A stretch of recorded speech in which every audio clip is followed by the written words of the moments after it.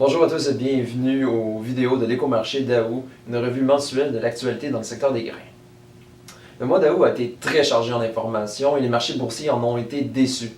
Premièrement, l'USDA a revu pour la première fois de l'année les estimations des rendements du maïs et du soya, établies en mai dernier lors de son rapport mensuel. Les marchés anticipaient une baisse drastique pour les deux grains et pourtant l'USDA a plutôt faiblement réduit les rendements du maïs et même augmenté ceux du soya.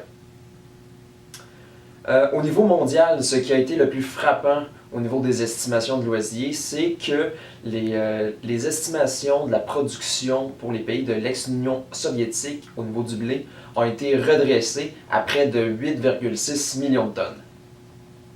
En deuxième lieu, la Financière a publié un état des cultures au Québec le 25 août dernier. Les rendements et la qualité des grains sont estimés entre égales à inférieurs à la moyenne, en raison des semis tardifs.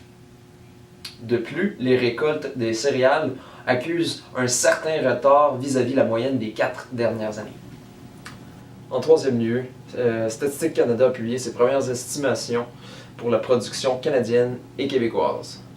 Globalement, les rendements seront inférieurs à l'an passé à cause de la sécheresse qui sévit dans l'Ouest canadien et des semis tardifs au Québec.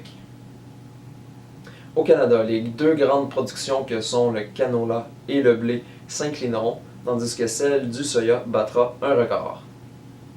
Au Québec, les rendements du maïs et du soya tomberont en dessous des records de l'an passé et tomberont environ à un niveau moyen, c'est-à-dire à 9,4 tonnes à l'hectare pour le maïs et 2,9 tonnes à l'hectare pour le soya.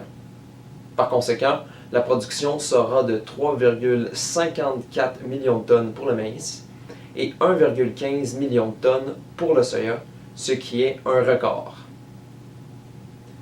Pour ce qui est des céréales, la production de l'avoine va diminuer, étant donné que les superficies, elles aussi, ont fortement décliné. En dernier lieu, le dollar canadien s'est maintenu à 80 sous US et les bases pour le maïs se sont appréciées, autant pour une livraison à la récolte qu'une livraison immédiate, tandis que celles du soya se sont maintenues pour une livraison immédiate et elles se sont effondrées pour une livraison à la récolte. Cependant, les ventes de soya ont été minimes durant le mois d'août. Ce fut un bref tour de la revue mensuelle du secteur des grains. J'espère que cela vous a plu. Si vous voulez en connaître davantage, je vous invite à consulter notre site internet au www.pgq.ca. Je vous donne rendez-vous dans un mois pour l'édition de septembre. Au revoir.